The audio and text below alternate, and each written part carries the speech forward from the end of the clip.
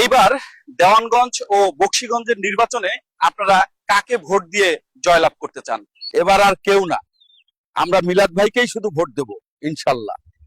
উনি এই এলাকার আসল অভিভাবক। মিল্লাত ভাই সবসময় গরিবদের পাশে থাকে, কখনো কারো ক্ষতি করে না, আর আমরা তার দোয়াতেই বেঁচে থাকি। 17 বছর ধরে আওয়ামী লীগের অত্যাচারে আমরা জর্জরিত।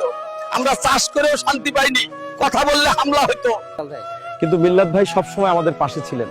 তিনি রাস্তাঘাট তৈরি করেছেন, পুল নির্মাণ করেছেন এবং গরিবদের সাহায্য করেছেন।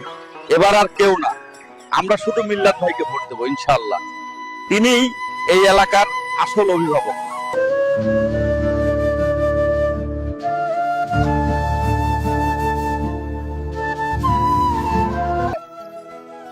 এবং এই ভিডিওটি তৈরি করেছেন দেওয়ানগঞ্জ উপজেলা ছাত্রদল নেতা মিস্টার কাউসার রহমান।